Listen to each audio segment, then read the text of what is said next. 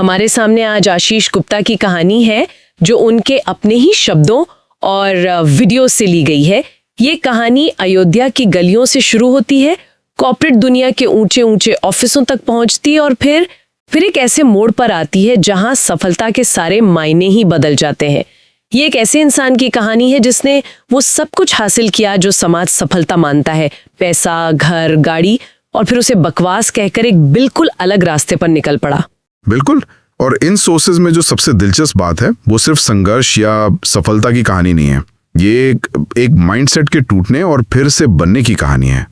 आज हम इसी कहानी के अलग अलग पड़ावों को समझने की कोशिश करेंगे कि कैसे बचपन के एक सपने के टूटने से लेकर एक मुश्किल कानूनी लड़ाई तक हर मुश्किल ने उन्हें तोड़ने की बजाय और मजबूत बनाया, और कैसे उन्होंने अपनी जिंदगी का मकसद पैसे कमाने से हटाकर कुछ और ही बना लिया। तो चलिए इस सफर को शुरू से समझते हैं। कहानी की शुरुआत अयोध्या के एक बहुत ही साधारण निम्न वर्गीय परिवार से होती है। वो खुद बताते हैं कि घर में पढ़ाई का कोई माहौल था ही नहीं और बचपन पतंग लूटने और कंचे खेलने में ही बीत रहा था। यहाँ तक कि उन्हें दूसरी क्लास में ही उनकी बुआ के घर भेज दिया गया ताकि थोड़ी बेहतर परवरिश मिल सके। एक टिपिकल सक्सेस स्टोरी की शुरुआत तो बिल्कुल नहीं लगती और यही पहला ट्विस्ट आता है। बुआ के घर पर माहौल बदला। वहां उन्हें पहली बार लगा कि एक अच्छा इंसान बनना चाहिए, कुछ करना चाहिए। जब वो 4 साल बाद वापस आए तो उनके अंदर पढ़ने की एक जबरदस्त आग थी जिसे वो खुद एक्सट्रीम डिजायर कहते हैं। ये वो चिंगारी थी जो बाद में सब कुछ बदलने वाली थी। और इस आग का असर दिखा भी। उन्होंने मेहनत की, 10वीं में 80% और 12वीं में 76% नंबर लाए। तो एक लड़का जिसके घर में पढ़ाई का माहौल तक नहीं था, वो अब IIT का सपना देख रहा है। ये अपने आप में एक बहुत बड़ा लीप है, लेकिन क्या ये सपना हकीकत में बदल पाया? यही कहानी का पहला बड़ा झटका आता है। 1 साल कानपुर में जी तोड़ मेहनत के बाद भी नतीजा 0 रहा। किसी भी सरकारी कॉलेज में एडमिशन नहीं मिला और प्राइवेट कॉलेज की फीस देने के पैसे वो परिवार के पास थे नहीं। तो IIT का सपना, जो उनकी जिंदगी का पहला बड़ा लक्ष्य था, वो वहीं टूट गया। ये उनकी जिंदगी का पहला बड़ा फेलियर था। और इस नाकामी का असर घर के माहौल पर भी पड़ा होगा, जाहिर है। बहुत ज्यादा। सोर्सेस के मुताबिक उनके पिता इस बात से काफी नाराज रहते थे कि वो दुकान के काम में हाथ नहीं बटाते। तनाव बढ़ता गया और एक दिन एक बहुत छोटी सी बात पर फट पड़ा। आशीष ने दुकान से एक टूथपेस्ट उठा लिया और उनके पिता उन पर बुरी तरह बरस पड़े। एक टूथपेस्ट के लिए इतना बड़ा झगड़ा, ये थोड़ा अजीब लगता है। इसके पीछे जरूर कोई गहरी वजह होगी। बिल्कुल। वो सिर्फ टूथपेस्ट की बात नहीं थी, वो उनके आत्मसम्मान पर चोट थी। उन्हें लगा कि जिस घर में वो एक टूथपेस्ट भी अपनी मर्जी से नहीं ले सकते, वहां रहने का क्या फायदा। और उन्होंने उसी दिन एक बड़ा फैसला लिया। घर छोड़ दिया और अपने दादाजी के एक पुराने टूटे फूटे मकान में शिफ्ट हो गए और कसम खाई कि आज के बाद किसी से एक पैसा नहीं लेंगे। कहना बहुत आसान है कि मैं एक पैसा नहीं लूंगा, पर असल में इसे कर पाना, खासकर जब आप एक स्टूडेंट हो, कितना मुश्किल रहा होगा। यहाँ से उनकी आत्मनिर्भरता की असली लड़ाई शुरू हुई होगी। और वो लड़ाई बहुत कठिन थी। उन्होंने BSc में एडमिशन तो ले लिया, पर कॉलेज जाने का कभी वक्त ही नहीं मिला।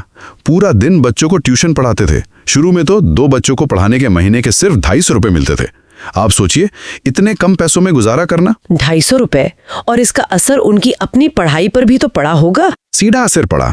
पैसों की जरूरत इतनी ज्यादा थी कि उनका सारा ध्यान कमाने पर था, पढ़ाई पर नहीं। नतीजा ये हुआ कि वो BSc फर्स्ट ईयर में मैथ्स में फेल हो गए। ये वही लड़का था जिसके 10वीं में मैथ्स में 92 नंबर आए थे। ये उनके लिए एक और बड़ा झटका था, लेकिन उन्होंने हिम्मत नहीं हारी, बैक पेपर दिया और अच्छे नंबरों से पास भी किया। इसके बाद वो बेहतर मौकों के लिए लखनऊ चले गए। वहां क्या बदला? पैसे बेहतर मिलने लगे, लेकिन मेहनत दुगनी से भी ज्यादा हो गई। उनका रूटीन सुनकर ही थकान हो जाती है। वो बताते हैं कि वो दोपहर 2:30 बजे घर से निकलते थे और ट्यूशन पढ़ाते पढ़ाते रात के 12 बज जाते थे। घर आकर खाना बनाना और फिर सुबह 5:30 बजे की ट्यूशन के लिए उठना। वो कहते हैं कि लगभग 2 महीने तक वो रात में सोए ही नहीं। ये वो दौर था जिसने उन्हें पूरी तरह से सेल्फ मेड बनाया।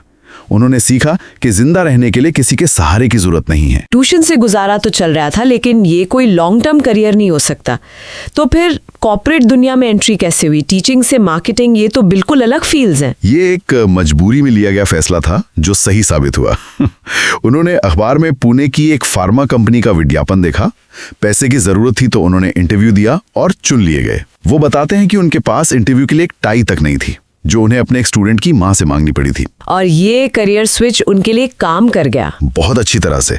पुणे में 16 दिन की ट्रेनिंग के बाद उनकी पोस्टिंग दिल्ली में हुई। उसके बाद उन्होंने पीछे मुड़कर नहीं देखा। दिल्ली, चंडीगढ़ और फिर वापस लखनऊ में बड़ी बड़ी कंपनियों में अच्छी सैलरी पर काम किया।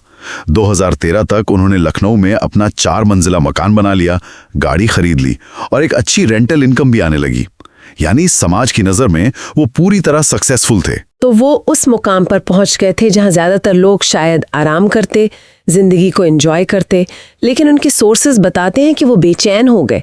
एक 4 मंजिला मकान, गाड़ी, लाइफ सेट थी, फिर ये बेचैनी क्यों? बिल्कुल, और ये एक दिलचस्प साइकोलॉजिकल शिफ्ट है। जब इंसान सर्वाइवल मोड से बाहर आता है, जब रोटी, कपड़ा और मकान की चिंता खत्म हो जाती है, तो वो पर्पस मोड की तलाश करने लगता है। उनके लिए वो 4 मंजिला मकान और गाड़ी एक मंजिल नहीं, बल्कि खालीपन का एहसास बन गए थे। पैसा अब गोल नहीं रहा, बल्कि सिर्फ एक टूल बनकर रह गया था। जैसा कि वो खुद कहते हैं, ज्यादा पैसा कमाने का आइडिया मुझे बहुत ही बकवास लगा। तो वो एक तरह से पारंपरिक सफलता के शिखर पर थे, लेकिन अंदर से एक मानसिक शांति की तलाश में थे। हाँ, और शायद उन्हें अंदाजा भी नहीं था कि उनकी ये शांति कितनी बुरी तरह भंग होने वाली थी। साल 2014 में उनकी दुनिया पूरी तरह पलट गई। उनकी पत्नी उन्हें छोड़कर चली गई और उनके पूरे परिवार के खिलाफ दहेज उत्पीड़न का मामला, मतलब धारा 498A के तहत FIR दर्ज करवा दी। 1 मिनट, 490A, ये तो काफी गंभीर मामला है। और जैसा कि उनके सोर्सेज में बताया गया है, इसमें उनके पूरे परिवार का नाम था। इस केस ने उन्हें पूरी तरह से हिलाकर रख दिया होगा। बिल्कुल। देखिए, 498A कोई मामूली धारा नहीं है। ये कॉग्निजेबल है, मतलब पुलिस बिना किसी वारंट के आपको गिरफ्तार कर सकती है, और ये नॉन बेलेबल भी है, यानी थाने से जमानत नहीं मिलेगी, सीधा कोर्ट जाना पड़ेगा। आशीष का मानना है कि इस कानून का कई बार गलत इस्तेमाल होता है, और वो मार्टर्स ऑफ मैरिज नाम की एक डॉक्यूमेंट्री का भी हवाला देते हैं, जिसमें ऐसे ही केस दिखाए गए हैं। इस केस की वजह से उन्हें जेल भी जाना पड़ा। एक मैट्रिमोनियल डिस्प्यूट में जेल जाना, ये तो बहुत सीरियस बात है। आमतौर पे लोग इस अनुभव से टूट जाते होंगे। वो बताते हैं कि शुरुआत में वो भी टूट गए थे। अपनी पत्नी को दिन में 100 बार फोन करते थे, मामला सुलझाने की कोशिश करते थे। कोर्ट में मध्यस्थता, जिसे मीडिएशन कहते हैं, वो भी हुई, लेकिन वो भी फेल हो गई। और आखिरकार जब उनकी जमानत की अर्जी खारिज हुई तो उन्हें 4 दिन जेल में बिताने पड़े। और उन 4 दिनों ने क्या असर डाला? यहीं पर कहानी का सबसे बड़ा और अप्रत्याशित मोड़ है। उनके मुताबिक उन 4 दिनों ने उन्हें तोड़ा नहीं, बल्कि उनका डर ही खत्म कर दिया। जेल में उन्होंने देखा कि बहुत से लोग बंद हैं जो शायद निर्दोष हैं। उन्हें एहसास हुआ कि सबसे बुरा जो हो सकता था वो हो चुका, अब डरने के लिए कुछ बचा ही नहीं है। वो कहते हैं, जेल जाना भी पड़े तो चले जाओ यार, क्या फर्क पड़ता है, पूरा का पूरा डर खत्म हो जाता है। ये तो एक बहुत ही रैडिकल सोच है।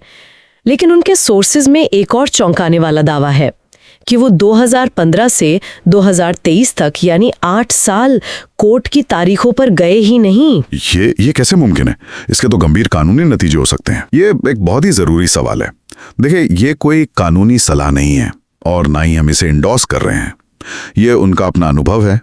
उनकी सोच ये थी कि ये लड़ाई अब कोर्ट में नहीं, बल्कि उनके दिमाग में है। वकीलों पर पैसा खर्च करने और कोर्ट के चक्कर काटने के बजाय उन्होंने मानसिक रूप से उस केस से खुद को अलग कर लिया। ये एक तरह का साइकोलॉजिकल नॉन कोऑपरेशन था। उन्होंने सिस्टम से लड़ने की बजाय अपने डर से लड़ने का फैसला किया। उनके लिए असली आज़ादी कोर्ट से बरी होना नहीं, बल्कि उस केस के डर से आज़ाद होना था। तो उन्होंने अपनी पूरी एनर्जी एक नेगेटिव लड़ाई से हटाकर कहीं और लगाने का फैसला किया, और यहीं से उनकी जिंदगी का एक बिल्कुल नया अध्याय शुरू होता है। बिल्कुल। ये सब कुछ झेलने के बाद ज्यादातर लोग शायद खुद में सिमट जाते, लेकिन उन्होंने एक बिल्कुल उल्टा कदम उठाया। उन्होंने एक सिंगल फादर के तौर पर एक बच्चे को गोद लेने का फैसला किया। ये उनकी कहानी का सबसे अप्रत्याशित हिस्सा है। भारत में बच्चा गोद लेने की प्रक्रिया वैसे भी काफी लंबी और जटिल है, जिसे कारा नाम की संस्था रेगुलेट करती है। एक सिंगल फादर के लिए तो ये और भी मुश्किल होता होगा। मुश्किल होता है। आशीष बताते हैं कि छोटे बच्चे, यानी 0 से 2 साल के बच्चे के लिए वेटिंग लिस्ट 5 साल तक की हो सकती है। लोग इंतजार करते हैं, लेकिन उन्होंने एक अलग रास्ता चुना। उन्होंने इमीडिएट प्लेसमेंट कैटेगरी को चुने, जिसमें 12 से 17 साल के बच्चे होते हैं। वो बच्चे जिन्हें आमतौर पर कोई जल्दी गोद नहीं लेना चाहता, और उन्होंने एक 12-13 साल के बच्चे को चुना। लेकिन कहानी यहीं खत्म नहीं होती। जब उन्होंने उस बच्चे को चुना तो उसकी सेहत बहुत खराब थी। हाँ, ये उनके फैसले को और भी असाधारण बना देता है। बच्चे को टीबी था, वजन बहुत कम था, और पैर में इन्फेक्शन की वजह से वो ठीक से चल भी नहीं पाता था। वो ज्यादातर लेटा या बैठा रहता था। किसी भी पेरेंट के लिए ये एक बहुत बड़ी चुनौती होती, लेकिन आशीष को भरोसा था कि वो अच्छी देखभाल से उसे ठीक कर लेंगे। ये कदम उनके जीवन के नए दर्शन से सीधे तौर पर जुड़ता है। ऐसा लगता है कि वो दूसरों को वो सहारा देना चाहते थे जो उन्हें अपनी जिंदगी के मुश्किल दौर में कभी नहीं मिला। आप इसे ऐसे भी देख सकते हैं, वो कहते हैं कि उन्हें जिंदगी में आगे बढ़ने के लिए किसी का हाथ नहीं मिला, तो वो उन बच्चों का हाथ थामना चाहते हैं जिन्हें मौकों की सबसे ज्यादा जरूरत है। ये सिर्फ एक भावनात्मक फैसला नहीं था, बल्कि उनके अपने अनुभवों का निचोड़ था। वो उस बच्चे में शायद अपना ही एक अक्स देख रहे थे, एक ऐसा इंसान जिसे अगर सही माहौल और सपोर्ट मिले तो वो कुछ भी कर सकता है। और इसका नतीजा क्या रहा? एक टीनेजर को अडॉप्ट करना जिसका अपना एक अतीत है, अपनी आदतें हैं, ये आसान तो बिल्कुल नहीं होगा।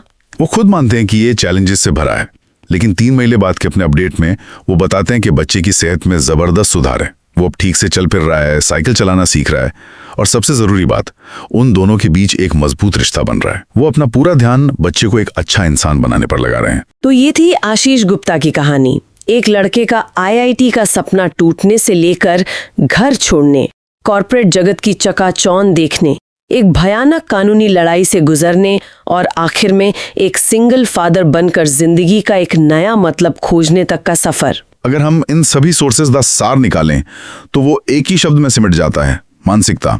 ये कहानी दिखाती है कि बाहरी हालात चाहे कितने भी खराब क्यों ना हो, इंसान अपने नजरिए को बदलकर उन पर जीत हासिल कर सकता है। आशीष के लिए असली सफलता पैसा या आलीशान घर नहीं, बल्कि मन की शांति, रिश्ते और किसी और की जिंदगी में एक सकारात्मक बदलाव लाने में है। उन्होंने सफलता को खरीदा नहीं, बल्कि उसे खुद बनाया, अपनी शर्तों पर। उनकी पूरी यात्रा एक व्यक्ति की अटूट आत्मनिर्भरता की मिसाल है। लेकिन ये एक जरूरी सवाल भी खड़ा